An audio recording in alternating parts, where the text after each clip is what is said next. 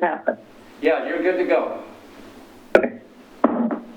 I'll call to order a meeting of the Wilsonville City Council on Monday, November 1st at 5:52 p.m. Could I hear from the council if you have any comments on review of agenda and items on consent? Seeing nothing, no comments there. Any councilor concerns? I'm seeing nothing there. Thank you. So let's move to the pre-council work session. We have 30 minutes with Ms. Rybold talking about vertical housing development zones and looking forward to hearing recap of precisely where you would like us to ask questions, provide comment, and direction. Thank you. All right.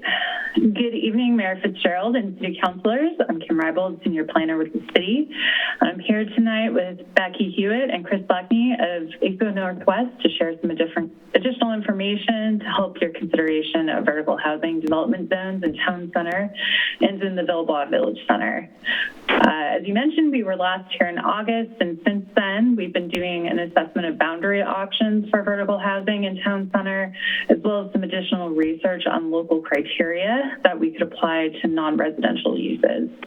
Your packet contains some recommendations for each of these topics, and we hope to get your direction tonight on these two issues so that we are able to begin the process of establishing this program. So with that, I'm going to turn it over to Becky Hewitt, who will lead us through tonight's discussion.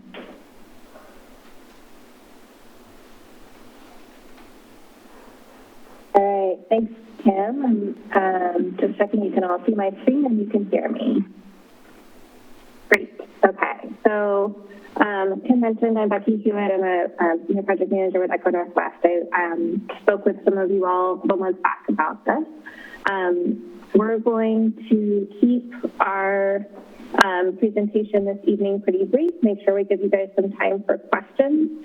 But we're going to break it into two pieces. First, we're going to talk about the town center and kind of where it would make sense to focus VHDZ within that area, get some direction from you on that, and then move on to talking about local criteria that would make sense to apply to VHDZ projects, given the conversations that we've had previously with you all and the direction that you've given us before and some additional research that we've done.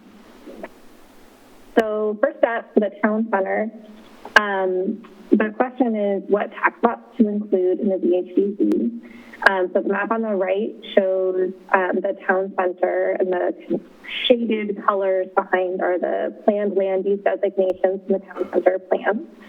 And the bright green outlines are the tax lots that, after looking at the town center plan and having conversations with staff and looking at the conditions on the ground, that we're recommending that the city would include in a VHDZ for that area. The reasoning behind this is a focus on the main street where active ground floors are a priority, where residential is encouraged and desirable, and where the zoning allows for at least 3 stories with vertical mixed-use development, which is what the incentive is designed to encourage. And it works better with taller buildings, so areas that don't allow at least 3 stories don't really work very well for VHDZ. Also, you'll notice there are a bunch of numbers on here. Those correspond to different reasons for excluding certain areas that include they're not really suitable for redevelopment, or they have existing uses in place that the city might not want to displace, including an existing apartment building, or they're recently developed and unlikely to turn over within the near future. So we can take questions on that, but our first question to you all is whether this looks like about what you would expect for an area, a VHDZ area for town center, and if you have any suggestions for refinements or any questions or concerns about the areas that are identified here.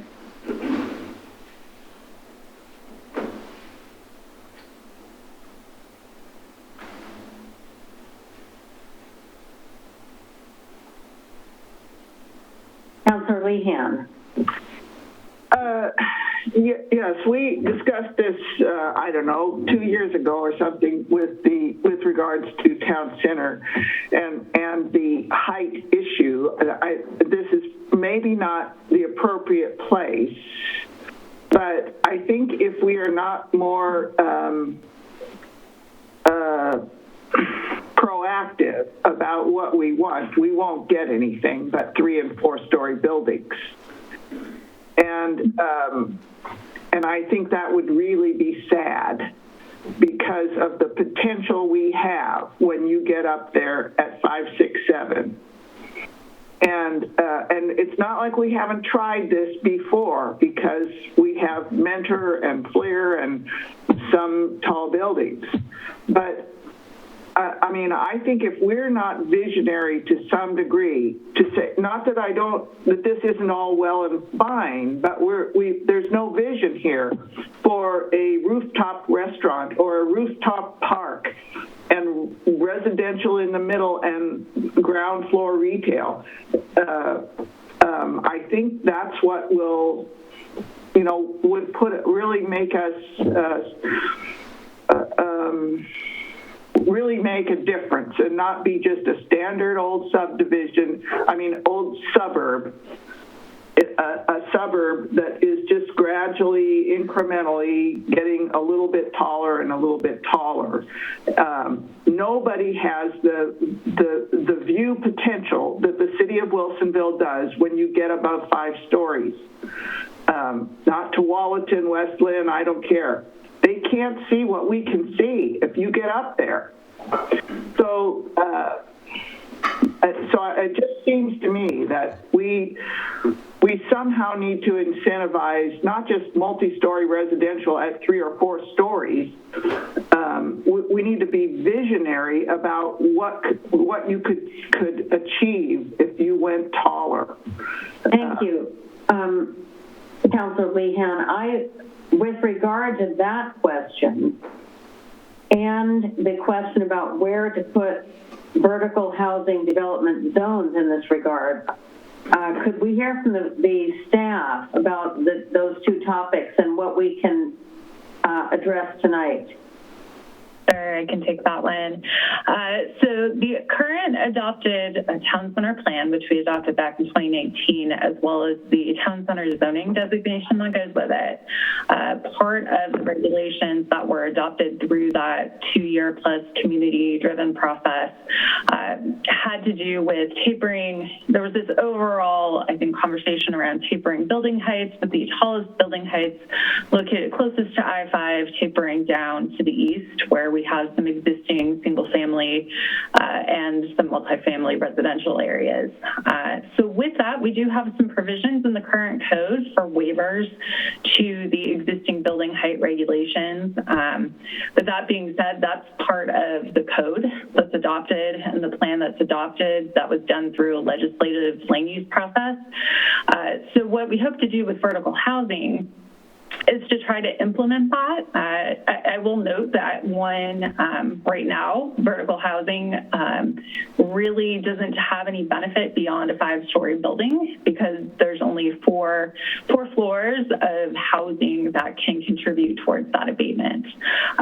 So in that way, we're really focused on how we can best match up the adopted classifications we have with what the amendment can do, which is why we've focused it mostly on the areas in the central portion of town center, excluding some of the areas immediately adjacent to the highway.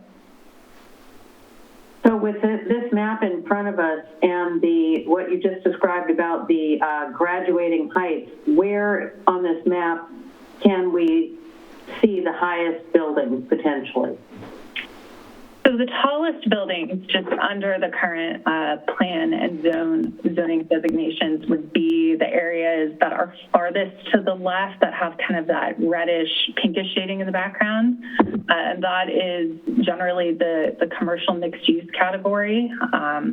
That allows by under the zoning up to 5 stories. And again, there is a waiver process that, somebody could come in and propose something higher, but then they're subject to different criteria. I will note that there is a prohibition against anything immediately adjacent to I-5 being residential. And so that's part of the reason why, we wouldn't want to consider incentivizing residential in that area. Okay, I see Council President Ackervall's hand. Thank you. I think that this map and the one in our packet, I keep flipping back and forth between our packet view. Let's see, I believe it's page 16 of our packet, where it's a similar map, but also included a key kind of explaining why the numbered sections are not considered. I felt that map was really helpful. But I wondered if you could give some additional clarification on the areas that are labeled with the number 8, particularly the more northern sections. In our packet, it says areas where the town center plan anticipates more horizontal mixed use and does not emphasize mixed use buildings with active ground floors. But I also see that it's kind of in that orange hued area, which is the mixed use. So I wondered, how does that balance out? If it is mixed use, what are we looking for in that part of it? The rest of the plan kind of focusing along what we envision for the Main Street does make sense to me. And I guess, the large lot that we have outlined in green here, where we can see a lot of it is a parking lot currently that does border I-5. I assume that the entirety of that is being considered, even though it does border I-5, because it has to be applied to an entire lot. It's not like we can just take the purple part of it. Is that correct? I'm seeing head nods. Okay. Yes. Okay, so do you have any further comments on the areas that are number 8? Becky, do you want to go first, or do you want me to take that? So I think part of it really gets back to the couple of points you made, which is one, the building height and the mixed use, it's 3 to 4 stories, so you potentially could have a 4-story building, and that could be residential. That being said, we thought, I think one of the reasons was that the mixed use designation, as opposed to the Main Street designation, is definitely less explicit about the desire and requirement to want to have those active ground floor uses. I think holistically, when you think about the plan, it recognized that we could do a lot of different uses in a lot of different places, but that we really had a strong focus around the future Main Street and wanting to ensure that we were offering opportunities for that truly to be the focus of that active ground floor use, and in particular, the requirement centered around Courtside and Park Place and the future Main Street, where you would have a requirement for mixed-use buildings within a certain distance of that intersection. So that being said, it's not that you couldn't have a vertical mixed-use building on some of those areas identified as number 8. They were a little more discontinuous and off that Main Street, and so it's a question of, I think where we are trying to incentivize that development the most. That being said, that's not that you couldn't have vertical mixed use in those areas, but you could also have a mix of uses that is technically mixed use, but also is more horizontal in nature. So it's, I think it's a matter of where you all want to focus that incentive the most. I think our initial take here was really focused on what the plan wanted to see in terms of that active ground floor use, but we do recognize that you could have a mix of uses throughout the town center. I think I would add on to that is that thinking about the street frontage and the future street frontages is important in terms of thinking about that active ground floor. So looking at the town center plan and, things might differ from that town center plan over time, but looking at where there was a real emphasis on putting buildings next to a really important street, because those are going to be the places that it really makes sense for the city to prioritize and incentivize that combination of multi-story building with an active ground floor. And focusing that to your main street maybe also helps to kind of reinforce the main street as the focus of that activity rather than sort of spreading it around as much. So it doesn't get diluted, then, is kind of what you're saying. Okay, thank you. Councilor Linville.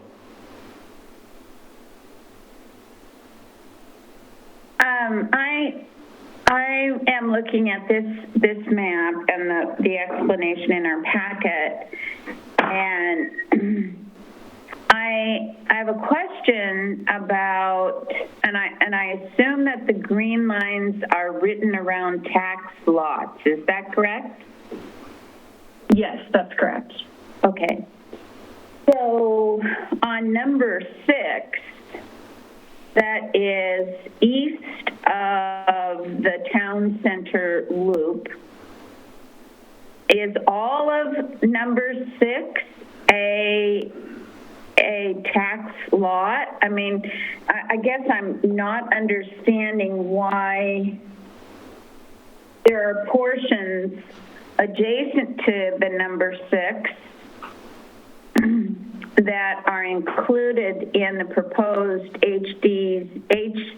VHDZ tax laws, and then there's this number 6 that's just sitting there, and it says small businesses that would be displaced if the property were redeveloped. I think there's a lot of small businesses that are within that proposed VHDZ tax lot that I'm just not understanding why that number 6 in that particular location is a set aside. I can take that one, Becky, to start with. So that's actually 3 separate tax lots. They are under a common ownership, and part of them do fall in that Main Street district. One of the things we looked at when we were, trying to wrestle with which tax lots we thought might be more appropriate or not appropriate is we were looking at some of the build-out concepts also in the town center plan that were included. We knew that there was a concern and a priority placed upon not displacing businesses over time. We noticed that in all of the conceptual build-outs, this was an area that didn't show any change. That being said, I think I looked at these and kind of wrestled with the same question too, as to, including them versus not including them. And so, that is a question for this council. We erred on the side of keeping to the plan and thinking about some of those considerations that had come up through the planning process. That being said, they are older buildings. There could be opportunities, but we balanced that a bit with, looking at the conditions across the street and thinking that maybe those were a little more similar. So that's the short reason why it's a 6. I see Councilor Lehan's hand up.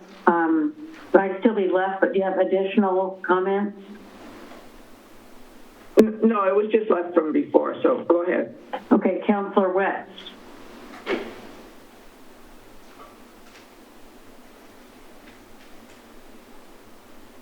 You might be muted.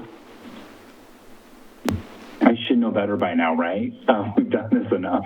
Thank you. Sorry for being muted. Thank you, Your Honor. I know the VHDZ has been something that we wanted to use as a tool in our toolbox in our strategic housing plan to try to meet the different types of housing needs meant for our community. And I know that this is a great area if we were going to put the type of housing and density. This is at the hub of the city, and so this makes sense in this location for sure. And so I guess my question is kind of I thought I was pretty clear on this, but I think I now kind of have the same question that Councilor Linville has regarding 6. Am I understanding correctly? I know those are older buildings. I know that those are a bunch of small businesses, but are they kind of untouched now to stay kind of older and non-developed and not congruent with that area? I guess that kind of her question kind of put the question for me. So I don't know. Is that am I understanding that correctly? That's a good question. I think the town center plan, it has those build-out scenarios. Now, granted, those are illustrative. Those images aren't regulatory. So, it's possible that this area, could see redevelopment if there was interest there. And so I think one of the things we were sensitive to were some of the conversations that happened through that planning process. That being said, if this council wishes to expand in any of these areas, that is a consideration that you can weigh in terms of including some or any of those tax laws. Have we heard from those small businesses about this development and kind of how it sits right now, how to include it, how to make sure that help them be viable, also help them with the development that's going to happen in that area? What do we know from them? We haven't, there were some active participants during the town center planning process itself. Through this vertical housing process, we haven't had any specific outreach to or input from the businesses. That being said, I think that's why our initial approach on this has been a little more conservatively, because it's really, the point of vertical housing here is really trying to think about where you most want to incentivize this type of development. So I think from our point of view, the Main Street District seemed to be the most logical. That being said, if the council wishes to think a little broader about that incentive, that's something that we can do as well. Thanks for answering my question. Now I do have a question. Councilor Lehan. Yes. Well, I just want to follow up on that area 6. That's another gem of a potential gem of town center. That is mostly small businesses, mostly eateries, very international. We have more international businesses in that little corner than anywhere else. They're just crammed in there. There's Thai and Japanese and Mexican and I don't know. There's a whole bunch of them. Chinese. They're all in there. So it has a lot of potential, and I think we need to nothing to say about vertical housing, but vertical housing I think ought to stay out of there, and we need to make a better outreach to those business owners in there, most of whom do not own the buildings. But we could have a really nice international corner there with communal seating out in the somewhere, outdoor seating. It could be a fabulous little corner there, and I know we had a hard time in the outreach getting the people from there to come forward, but partly because they aren't owners and because they are, they have language issues, a lot of them. So anyway, but I think they deserve some special consideration, which is not to say there's a problem with vertical housing, but I think it's appropriate that we address that corner as an area of special interest. I think we should come back to that in a later session. I think there's a lot of interest in both building height and how to make use of that historical business variety and strength in that area. So let's make note of that. Councilor Linville. So I would agree with Councilor Lehan on the number 6 that is to the east or to the west of Town Center Loop, but not to the west, not to the east, that portion. I think clearly that portion, because it is adjacent to Main Street, that boundary should be moved and should be included with the proposed VHDZ tax lot. That's probably true. Okay, thank you. And I wanted to ask about some of the, can we just spend a few minutes on the areas that are not zoned, that are open, that are not flagged for not being as appropriate for VHDZ? Where do you see the potential for the higher buildings in those areas? If we could just spend a few minutes on that. And we heard about, we don't want it too close to I-5. Where would be the most likely site for something? Because I see we've got commercial mixed use would allow 3 to 5 story buildings. Do the planners have any statements about where they might see those working best? In terms of an all residential building or just any building? Well, I'm looking at, because really commercial mixed use is the only place I see designated as 3 to 5 stories. So I'm gathering that that is not a place, but the 5-story is not something that you see lending itself to residential. Is that true? It depends. So I'll use the larger Fry's site as an example. It's kind of split between 2 zones, but you could potentially have 5 stories of residential on part of that site if it's not immediately abutting I-5. Likewise, there are other opportunities. It's really limited, though, because there's not, a ton of super huge parcels there right now. But in the future, you could get up to 5 stories there. You could still get up to 4 stories under the Main Street District designation. And, that's not to say that, if you had somebody come in and they had, an idea, but they wanted to do 5 stories, but they couldn't go through the waiver process to try to seek 5 stories. So that could be an exception. Yeah. So there is an opportunity for that. So we still have further room to discuss that. Okay, so thank you. I wanted to bring us back to, because we have these 3 topics today, we've had some good input, and I see there are still 2 hands up. And we want to get to your main question. How are we doing on that? So I think what I've heard so far is I've heard general support for the green outline tax lots. I've heard a question around the northeast corner of Wilsonville Road and Town Center Loop West. And so I think what we need, what I'm hearing is that we need some direction on that particular corner as to whether or not to include or exclude. Councillor West, hand up, and Councillor Linville. Let's start with Councillor West. Thank you. Really quick, yes, I do to answer what you just stated, I do confirm I have questions about 6 and whether to include or not include and how it impacts and what vision we can have for that area. My other question is, I want to understand the VHDZ vertical housing. It can't go beyond a certain, I just want to better understand, but it can't go beyond a certain story level. Can you explain again why it caps at 5 or why it wouldn't be able to go to 6 or 7? Is that in statute? Why is that again?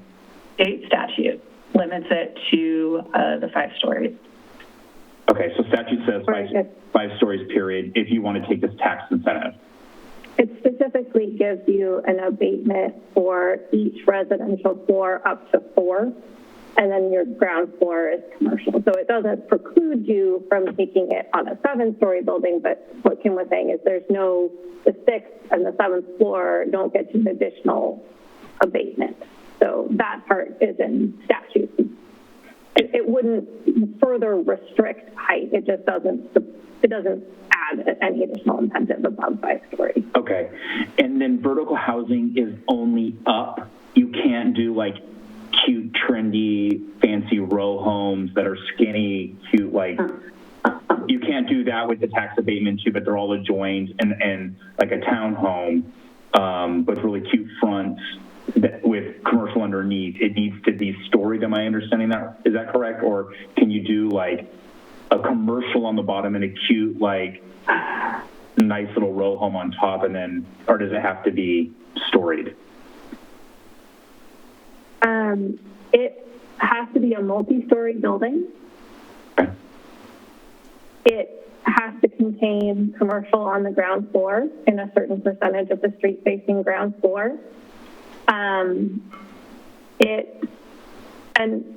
so beyond that, whether the units are townhome style or flat stacked above the commercial and kind of the design of the buildings, there's some flexibility there. It has to be multi-story. It has to contain both residential and commercial uses, and there's requirements about the location of the ground floor commercial. But you could have a building that has, say, townhome-looking things on the back or on one piece of it, and something with commercial on the bottom and you know, flats above on another piece of it. You see these things play out differently in different contexts. But, so there's a lot of flexibility within how the designs can be done, as long as it meets those basic standards you just kind of laid out. Yeah, and we're going to talk about some of the local criteria you might want to apply next. So you can be more prescriptive than that, but as far as what's in statute. Okay, thank you. Councilor Linville. Yes, I'm already unmuted.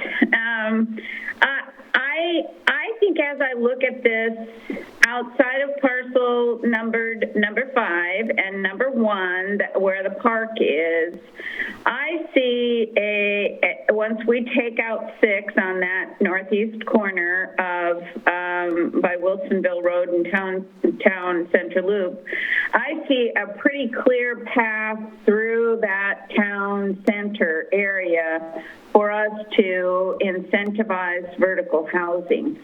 And so I like that. I mean, we can't take care of 5 because there's already residential, and we want the park to be there right in the center. So I like, when I look at the totality of it, I like the look of it. The question that I had was, if we put the designation of vertical VHDZ tax lots on these as they're proposed, including number 6, does it preclude that we could use other incentives for developers to build in those areas? Or could we layer some additional incentives on that? Kim, I can start, and if you want to add anything, go ahead.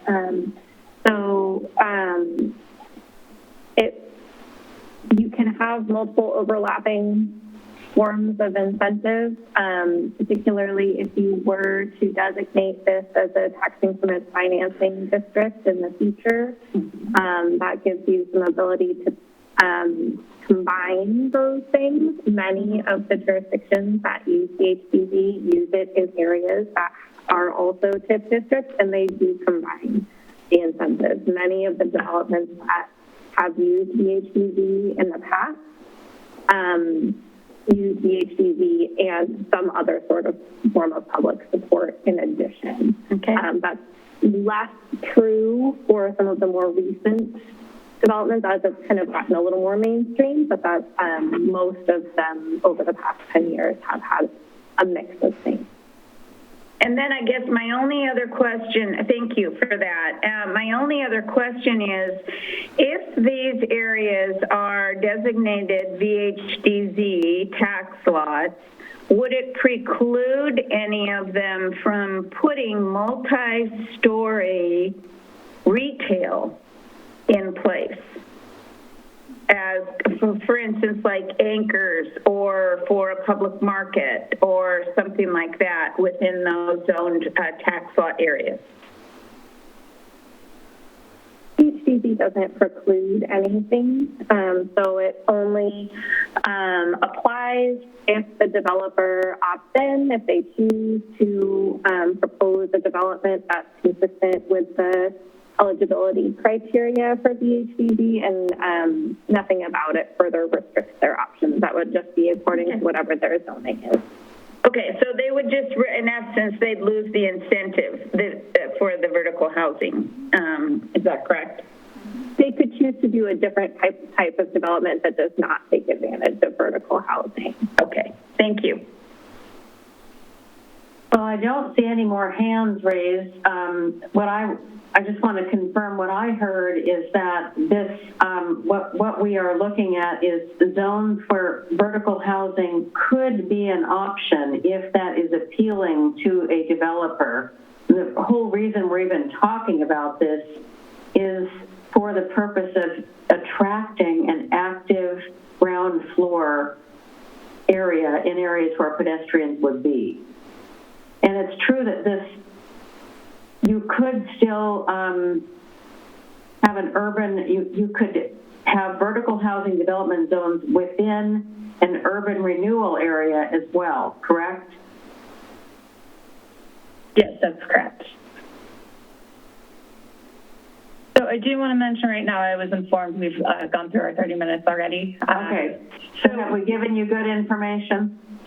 For this one, so I guess there's one thing I need confirmation about number 6 on the northeast corner. We had a second question for you. I don't want to, if it's the will of this council, we can look for another work session to bring that back before we proceed forward. But it really is a conversation around criteria and the non-residential uses. I think we do need to discuss that later. And we need to schedule another session for that because that's really important. Mm-hmm. Okay, we will look for a time to do that. So I guess my question then is boundary as is or adding anything else? I think we've heard, I see Councilor Linville's hand is up.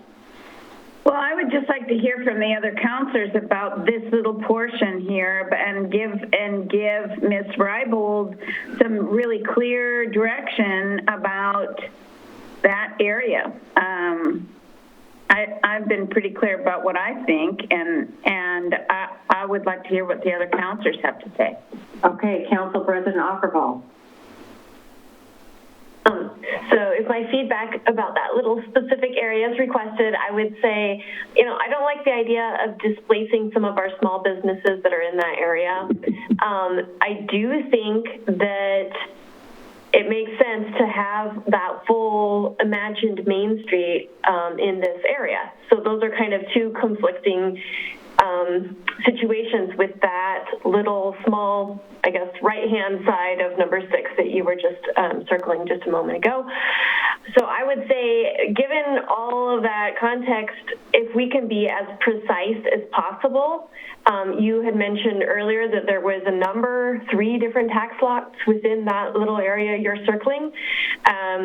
Do we look at 1 or 2 of those tax lots and not all of them, perhaps, the ones that would front Main Street, then maybe we look at something like that, but I would tread carefully, I guess, given the 2 different situations. Thank you. And briefly, we're trying to keep on our schedule, Councilor Behan.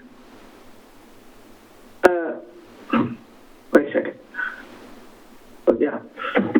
Yes, I agree with that. I think it would, from a design standpoint, 6 makes sense to be a part of the VHDV, but like all of them, it's a matter of timing and how you work it out with the individual businesses so that you don't cause a massive failure of your small businesses in the process of getting better. Some of that's unavoidable, but this is true throughout Town Center. We have to watch out for how we're doing things and what the timing is with them. But design-wise, if you're looking at it straight from a design standpoint, it would be good if that was part of the VHDZ. Councilor West, thank you. I couldn't agree more with Councilor President Ackerval. I was really concerned because I know that's where Boston's is and Wong's and Jamba Juice, and I think that's also where the little karate studio is, and how would they be impacted? My concern, and it sounds like that concern is shared by the rest of the council. I think it looks like it would be a natural kind of fit to be included, but knowing the little businesses in that area, that's my concern, is what are the mitigation factors? How does it impact them? What's their feedback? If those questions can be answered and it makes sense and it's a win-win, then sure, maybe we consider doing that. But I like the comments that President Councilor Ackerval made when she talked about the surgical tax law. It was very a surgical approach to specific ones that faced in the right direction. So I share those same thoughts.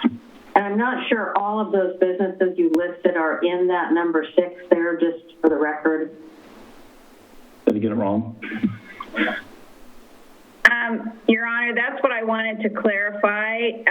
That does not include Wong's, Jamba Juice, or the karate. That is all that's to the west of that green line. Yeah. What is since the map's a little bit, what is it's right just there? Boston's and the Mathnasium and the Child Care Center and the beauty salon and 7-Eleven. Place in the corner, that's not Wong's, but. Okay. Anyway. Those things are to the east, and so we've heard an interest in changing this. I don't think we heard an actual, extreme commitment to it. It seems like, you've got a big piece of land to the east of those 3 businesses that is available. If I could just add one other thing. When you have a business as popular as Boston's, that should be seen as a bright light there, that a developer should be able to make the star of their development. So it's not a matter of we got to get rid of Boston's and then put something new in there. They ought to be taking advantage of what a popular place Boston's is and make that the centerpiece of something. So there's that ability, but you need a developer who nuanced, yeah. Thank you. That's a really good point. So, Ms. Rybold, do we have enough to go on? I think so. Okay. We have to come back to you anyway, so. Okay, so we'll take another run at this. Thank you very much. And thanks, everybody. That was a lot to discuss. And now we will move on to Urban Forest Management Plan.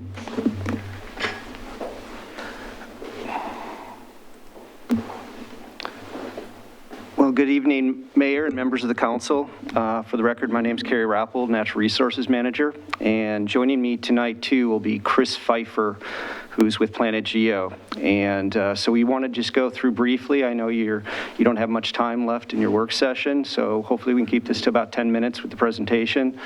So the Urban Forest Management Plan, it's been a little over a year since this was started. And we've had, public involvement that was part of it last fall. And then, as you're aware, what happened in the spring actually kind of shifted our schedule a little bit with the winter storm event. There was an opportunity there to, look at some of that information and, provide some references within the plan itself where we could. And then also what was a key piece was actually what you see in the plan is the tree equity score. It was a program developed by American Forest. And so we thought that was a really important piece to try to incorporate. And so that's where our schedule shifted a bit, in terms of coming earlier, in terms of presenting the plan. So I'm going to turn it over to Chris now, and he'll walk you through this. And then we'll be available for any questions, comments, or suggestions you might have. Just to note, we have had 2 work sessions with the Planning Commission, and we're moving forward on an adoption hearing with them next week. And so it's really important that we hear your input on this too, and then see where you want to go in terms of future discussions. Thank you. So hopefully Chris. All right, well, thank you, Carrie, and thank you to councilors and mayor for the opportunity to present on Wilsonville's Urban Forest Management Plan project.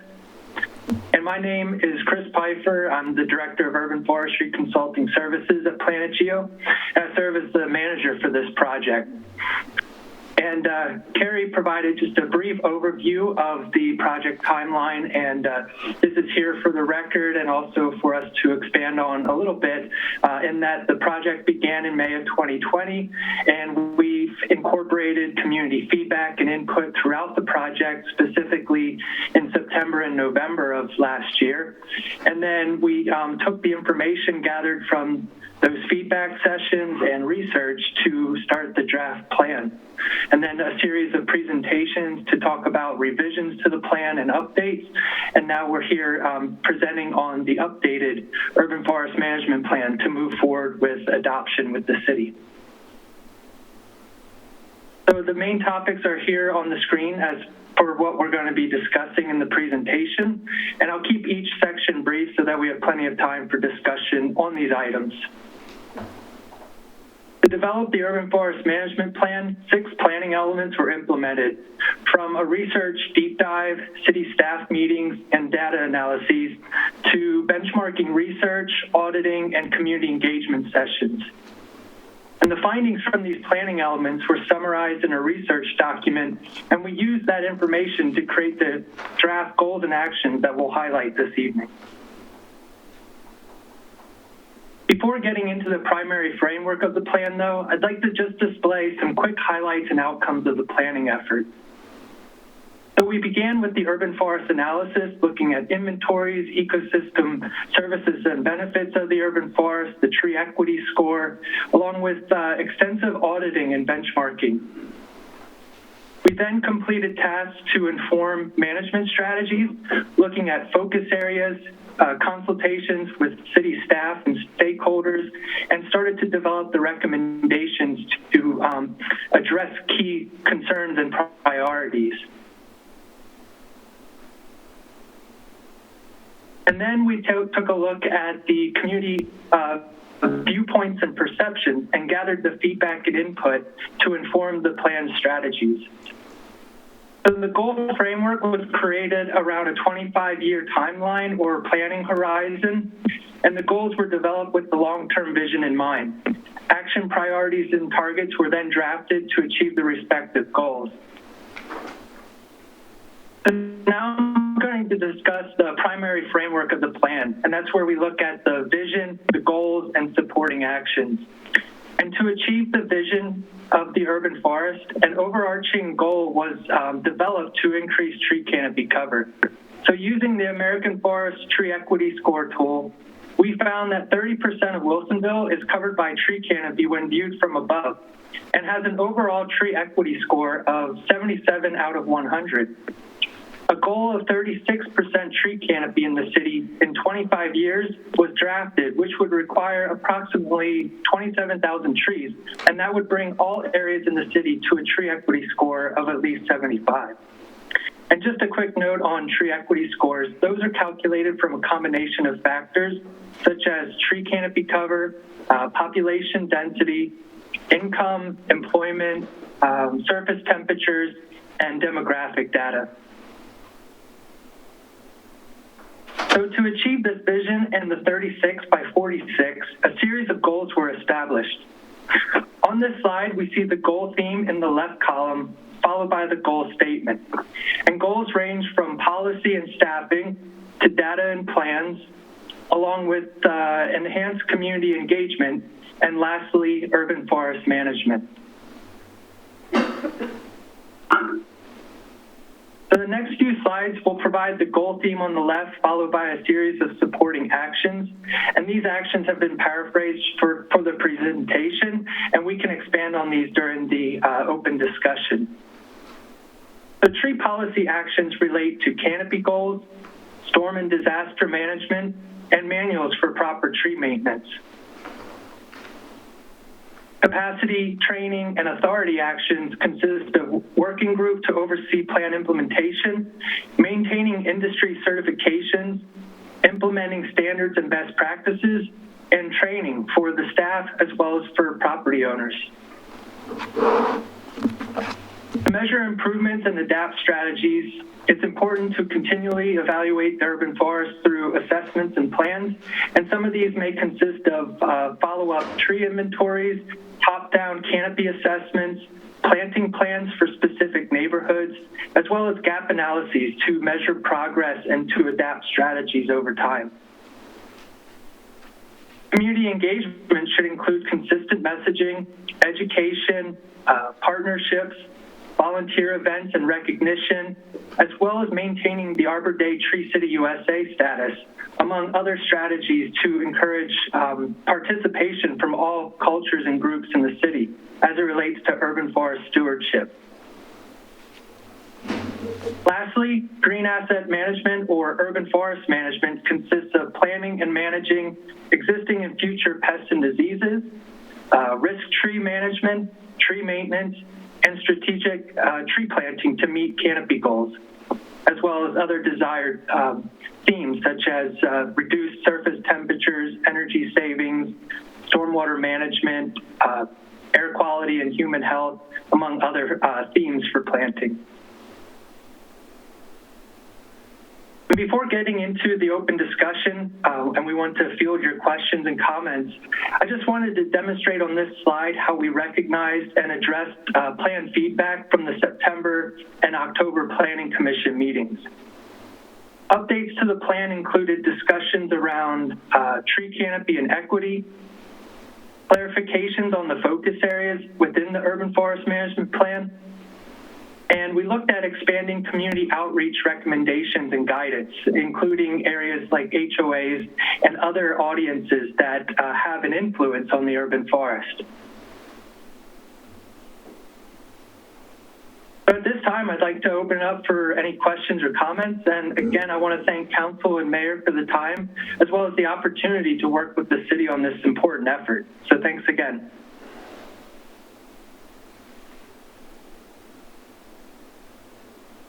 Any questions? Councilor Linville. Thank you for this wonderful report. My goodness, the work that has gone into it is incredible. I'm just amazed. I, of course, have some interest in the Charbonneau trees, and I know that there are a number of them that are listed in very poor condition, and there are a few that are listed for priority removal. And many of those trees I think most of those trees are along the French Prairie Street, and most of them are red oaks.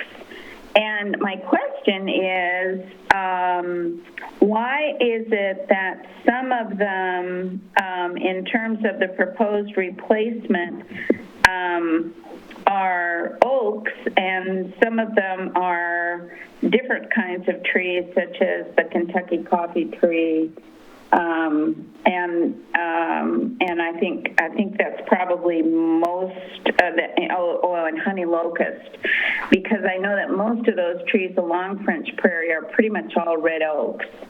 And I think that was, I'm guessing, when the developers developed French Prairie, that was intended to be a consistent look of those red oaks along that particular street. So I guess my question is, why would they not be replaced with something that was a little more consistent with those red oaks?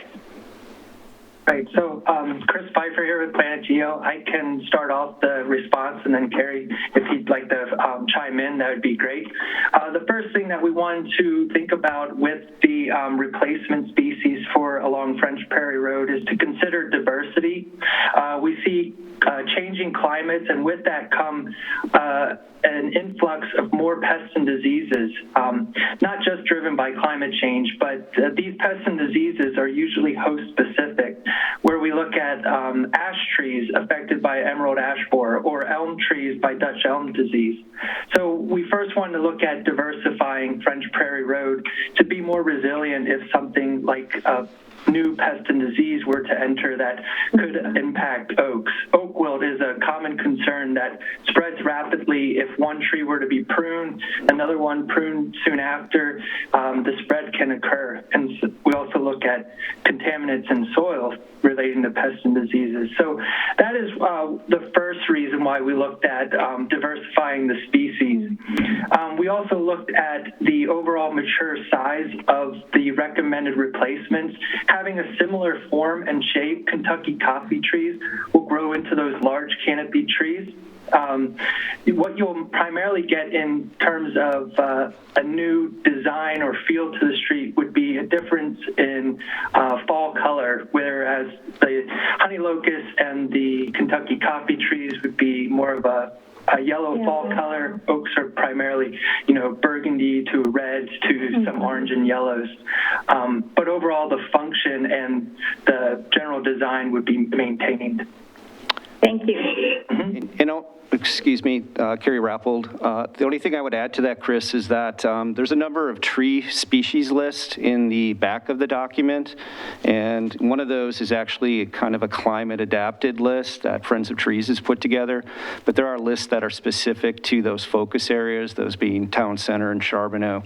So the decisions, kind of come back to those lists that we've put together and also the list that the city currently has as far as street trees.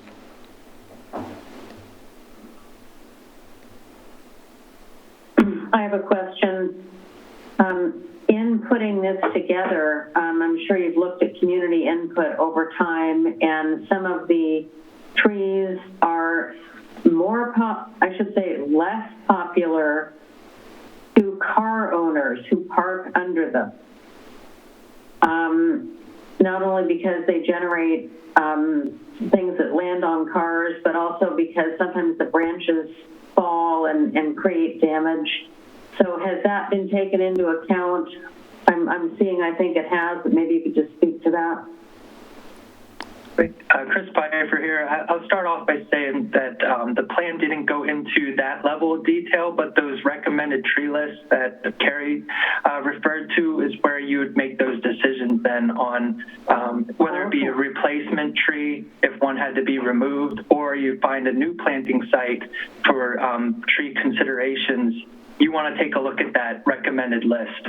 Okay, so we could cross-reference if we hear a lot of, people love trees. I am a big fan of trees. I'm not trying to create a negative here, but there are some trees that do have issues. And so if we've heard a lot about that, that could go into the decision on selecting from the list. Right.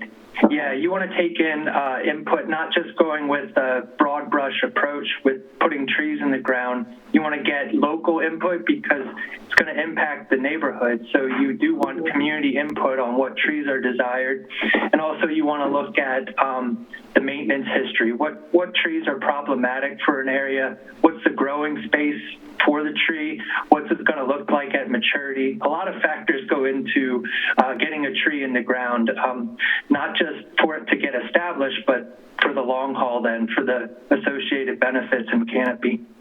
Great. This is a great opportunity for people to come back with that input as we go forward. Councilor West. I know we have a list, and you guys probably take a lot of things into consideration on that list, but are trees given preference if they're native species, or, because I'm sure the Kentucky coffee tree is not native to Oregon, I'm assuming by the name. So, but do we give like a preference and say, hey, we know that this is a native species, or do we open that up to other species that we think will in our climate and introduce them? How is that decision made based on using a native tree or not a native tree? I can handle that one, Chris. Chris Pfeiffer here. Oh, go ahead, go Chris. ahead, Carrie. Yeah, so, certainly natives are a wonderful option, but there's constraints that come with that in terms of certain species you would pick, especially like conifers. Those could be extremely challenging if you were trying to put those into a street tree setting. And so, we're probably still going to have definitely, ornamental trees or trees that aren't native to this area that'll be part of what we're looking at. Thank you. Council President Offerball. Thank you. This report contains so much information, a tremendous amount of work. So thank you for your presentation, and I'm sorry that we don't have as much time tonight to talk about it, but there's so much in here. It was interesting to hear that the tree equity score is an important piece in this, and hearing that reiterated tonight in your presentation, I do have one. It's a very small kind of critique or comment, but on the summary section of the report, I believe it's page 39 of our packet. I think it's Roman numeral 8 of the plan. There's kind of this introduction of the tree equity score, and I found the legend a bit confusing because it's just referring to the equity score and not the percentage of canopy cover. However, in your presentation, you had a new and improved legend, I think, for that map. And I wonder if it's possible to swap out that legend because it kind of explains these two different things. There's a number of different metrics that are going into that equity score, not just the tree canopy. Because, we'll see that there's areas that have two different equity scores, yet they have the same canopy. So that can create some confusion. I just want our public to be able to understand it if this is an important piece in the plan and something that we're going to be using going forward too. It might help to have a little clarity there. And then my other question is, this plan outlines a tremendous amount of work for the next 25 years. And as we're looking at what the needs are going to be and better understanding what our budget needs are going to be in order to do this work, I was curious about, let's see, I believe it's page 59 of our packet. 59 of our packet. I hope that directs you to the right page. But there is a table under the urban forest benchmark findings, and there's a table that kind of compares 2019 numbers for City of Wilsonville to 2019 numbers, I believe, for the Tree City USA Regional. And I'm sure that in some instances, comparisons are helpful. In some instances, we are a unique city that has a different story than just your average regional city. So I'm trying to understand what the differences in the figures show here and reflect about our city. But I see that the $83,000 for tree maintenance budget is quite a bit higher than the average maintenance budget, $51,000, yet the tree planting care budget is quite a bit lower than the average tree planting care budget for the region. And so I'm trying to understand what dynamic is happening here and how this plays into what we need for a successful future with our urban canopy. Right. Great question and good point on the tree equity score, updating the map to include canopy and be more clear on what the map's presenting. So I took note on that. And as far as the benchmarking, the first thing I wanted to mention is that there's a research summary. And if I need to just state, Chris Pfeiffer with Planet Geo, I forgot that. But I wanted to mention that the research summary goes into more extensive detail on these findings and methods for analysis. But what we find is that these benchmarks are just a starting point for comparison because there are so many discrepancies or caveats to how cities report for Tree City USA. They may include their utility budget for pruning trees around wires. They may include their contracted services. Some communities don't. So, by taking the average, it's just a starting point for this. But what we do provide as far as guidance is to closely examine, keep your tree inventory up to date, use those numbers for developing the budgets necessary for certain actions recommended in the plan. But yeah, short answer is that there are areas where apples to apples are compared, but other areas there's discrepancies that are detailed in the research summary. Thank you. And I wanted to add that we are going to be able to move the residential building code adoption discussion forward. We only have a few minutes left, but I do want to ask if Councilor Lehan or others have any more comments.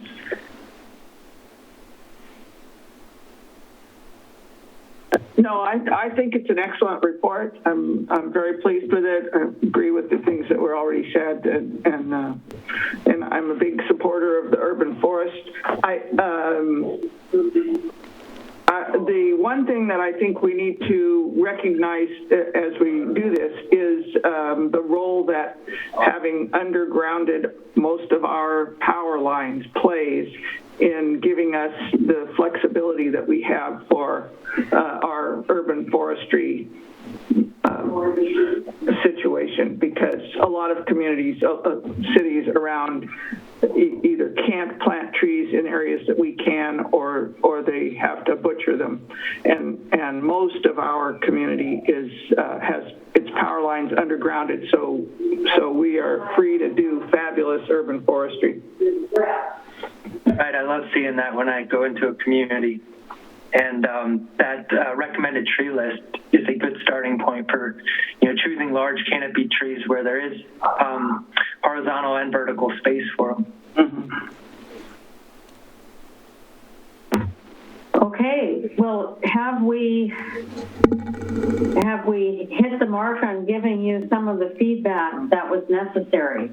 Yes, certainly, Mayor. Thank you. We will, take that into account before we bring this back to you, and certainly make sure that it reflects the discussion tonight.